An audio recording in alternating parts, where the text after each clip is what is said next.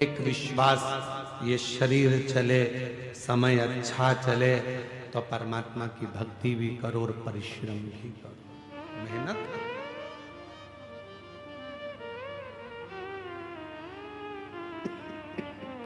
मेहनत करो।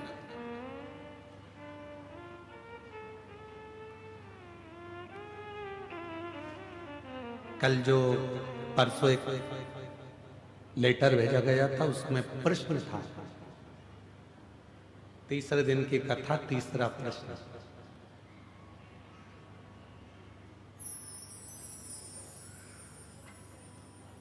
खुश कैसे रह सकते हैं, प्रश्न था। अब फिर लेटर को ढूंढना पड़ेगा, इसलिए हमने प्रश्न याद कर लिया।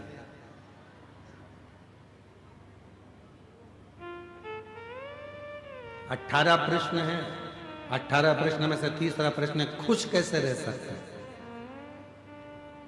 इसका एक ही तरीका, एक कथा को सुन लो। खुश रहने के लिए एक कथा अपनी जिंदगी में उतार लो कि एक लड़का एक गुरुजी के पास में पहुंचा और गुरुजी से बोला कि गुरुदेव खुश कैसे रह सकते हैं। गुरुजी ने कहा चल मैं तेरे को बता दूंगा खुश कैसे रह सकते हैं। ये मेरा पानी का जो हंडा है इसको तू थोड़ा सिर पे रख ले, अपने को थोड़ा काम कर कर आते हैं, फिर मैं बताऊंगा तेरे को। उसने सिर पर पानी का हंडा रख लिया, दोनों हाथों से पानी पकड़कर चलता रहा 2 किलोमीटर, 3 किलोमीटर, 4 किलोमीटर, 5 किलोमीटर चलता। अब उसके हाथ भी दुखे, सिर भी दुखे, चलते जा। कुछ कैसे 6 किलोमीटर चलने के बाद वो इतना थक गया, गुरुजी ने आखिरी में कहा बेटा अब तू इस पानी के मटके को नीचे रख दे। उसने पानी का मटका जैसे ही नीचे रखा, इतना आनंद में हो गया, इतना खुश हो गया। गुरुजी ने पूछा क्यों बेटा, खुशी मिली? हाँ गुरुजी, जब तक सिर पे था इतना वजन लग रहा था, हाथ भी दुख रहे थे, सिर भी दुख रहा था, चलते भी नहीं बन रहा था, अब एकदम आनंद में हो गया। गुरुजी ने कहा बस खुश रहने का सबसे सुंदर तरीका है जितने भी बोझ हैं उनको हटा दो। किसी ने क्या कहा, उधर जाने दो, किसने क्या बोल दिया, उधर जाने दो, एकदम खाली रहो। और हम क्या करते हैं, बोझ इकट्ठा करते हैं। मम्मी ने ये बोल दिया, पापा ने ये बोल दिया, काका जी ये बोल दिया, उसने ये बोल दिया, बहन ने ये बोल दिया, ना जाने किसका फोन आया था, उसने मेरे को ऐसा कह दिया, उसने ऐसा मैसेज डाल दिया, उसने ऐसा कमेंट कर दिया। दिन भर बोझ बोझ बोझ बोझ बोझ बोझ, और इतना बोझ अपनी बुद्धि में इकट्ठा कर लिया कि हम खुशी से जिंदगी नहीं जी पा रहे। अगर सुख चाहिए तो बोझ हल्का करना प्रारंभ कर दो, सुख की जिंदगी प्रारंभ हो जाए। तीसरे प्रश्न का उत्तर है भार लेकर मत जियो। जिसने 18 प्रश्न लिखे हैं,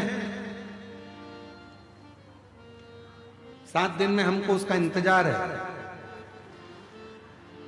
जिसने 18 प्रश्न लिख के भेजे हैं, अगर वो 7 दिन में अगर आ जाए तो मिलने व्यासपीठ पर जरूर आना, उसको मेरे को माला पहनाना है। जोरदार प्रश्न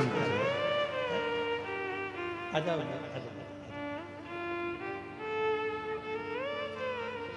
बेलपति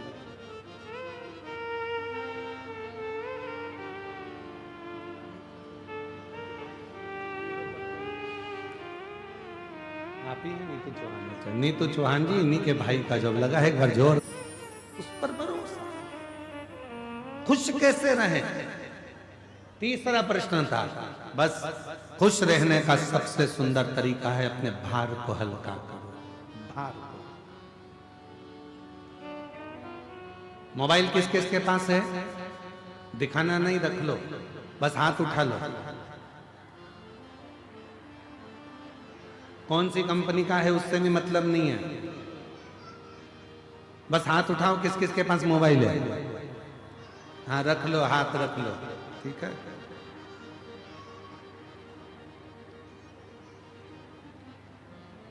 फोटो आते हैं मोबाइल में, वीडियो आते हैं मोबाइल में, ज्यादा ग्रुपों में जुड़ जाओगे, ज्यादा फोटो ज्यादा वीडियो आना चालू हो जाएंगे, आता जाएगा आता जाएगा आता जाएगा आता जाएगा आता जाएगा आता जाएगा, बाद में मोबाइल एकदम हैंग हो जाएगा, फिर हिलेगा न डुलेगा।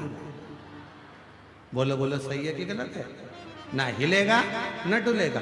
फिर तुम इधर ए छोरा इधर आ, देख तो जरा इसमें ना जाने क्या हो गया, कल तक तो अच्छा चल रहा था, अरे मम्मी इसमें ज्यादा डाटा भरा गया है, इसको डिलीट करना प्रारंभ करो। डिलीट करोगी सब कुछ खाली कर दोगी, मोबाइल अच्छा चलने लगेगा। उसी तरह अपने मन को जब खाली करना प्रारंभ करोगे तो ये दिल भी शिव में लगना प्रारंभ हो। खाली करना, और हम खाली नहीं कर रहे हैं, इसीलिए हैंग मार रहा है, इसीलिए खाली।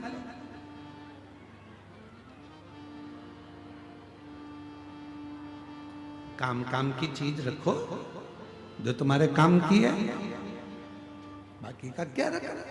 दे दिया उसने, आड़ा टेढ़ा कर दिया उसने, ये बोल दिया उसने, वो दुख किसको नहीं है। संसार में अगर जन्म लिया है तो संसार में जब हम और आप क्या, भगवान भी अगर इस संसार में जन्म लेते हैं तो उनको भी दुख का सामना करना पड़ता है।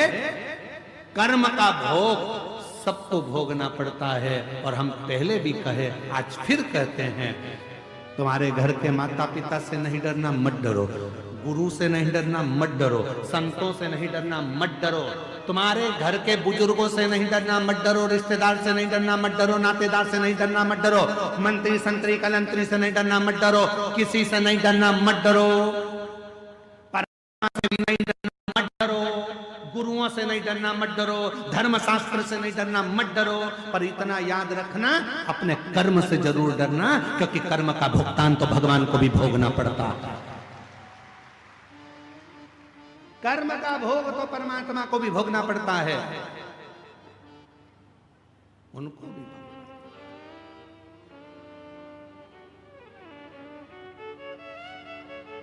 मां जानकी जी ने एक चिड़िया को कैद में रखा था, तो मां जानकी जी को कैद में रहना पड़ा। राम जी ने छुपकर बाली को बाण मारा था, वही बाली ने छुपकर कृष्ण अवतार में भगवान कृष्ण को बाण मारा। कर्म का भोग,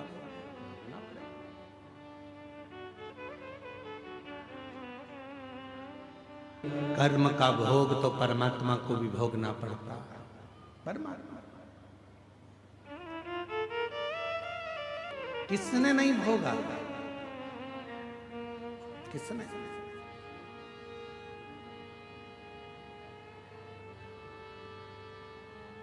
कितना सुंदर एक प्रसंग आता है।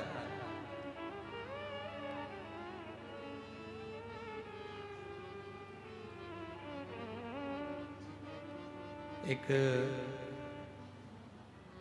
सेठ जी सबको पैसा उधार देते थे, सब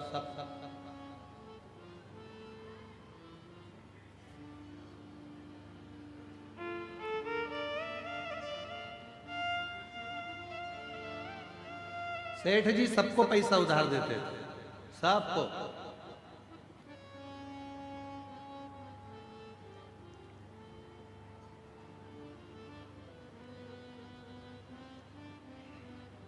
उनके बोर्ड पर लिखा था, हमारे यहां पैसा उधार मिलता है।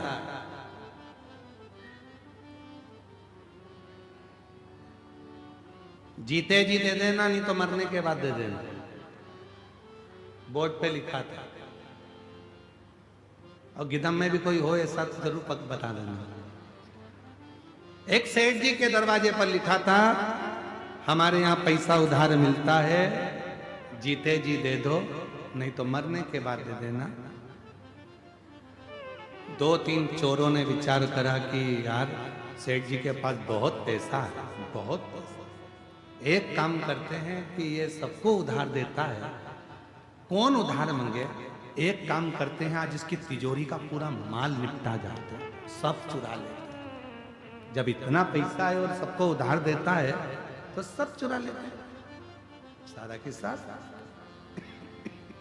ठीक है।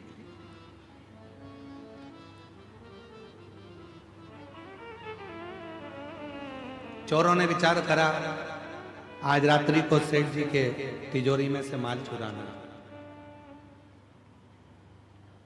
ये बहुत उधार देता है, चल दिए। सारे चोर इकट्ठे होकर भैंस के तबेले में पहुंच गए, जहां पर भैंस बनती थी, जहां मईस बनती थी। छुप गए। सेठ जी अलमारी बंद करेगा, जाएगा और अपन पूरा की पूरा माल चुरा लेंगे। भैंस के तबेले में, भैंस के वाड़े में वो जाकर छुप गए, जहां भैंसे ही भैंसे बंधी हुई थी। चोरों ने छुप कर बैठे थे। इतनी देर में भैंस आपस में बात करने लगी। एक भैंस ने दूसरी भैंस से पूछा, ओ जीजी तो कितने साल से सेठ जी के यहाँ दूध दे रही है? उसने कहा मुझे 4 साल हो गए। दूसरी से पूछा तुझे कितने साल हो गए? मुझे 10 साल हो गए सेठ जी के यहाँ दूध देते देते। तीसरी ने पूछा तुझे कितने साल हो गए? उसने कहा मुझे 12 साल हो गए सेठ जी के यहाँ दूध देते देते। सब आपस में बात कर रही थी। इतने में एक बूढ़ी भैंस के पास में पहुंची। एक भैंस उससे पूछा तू कितने सालों से दूध दे रही है?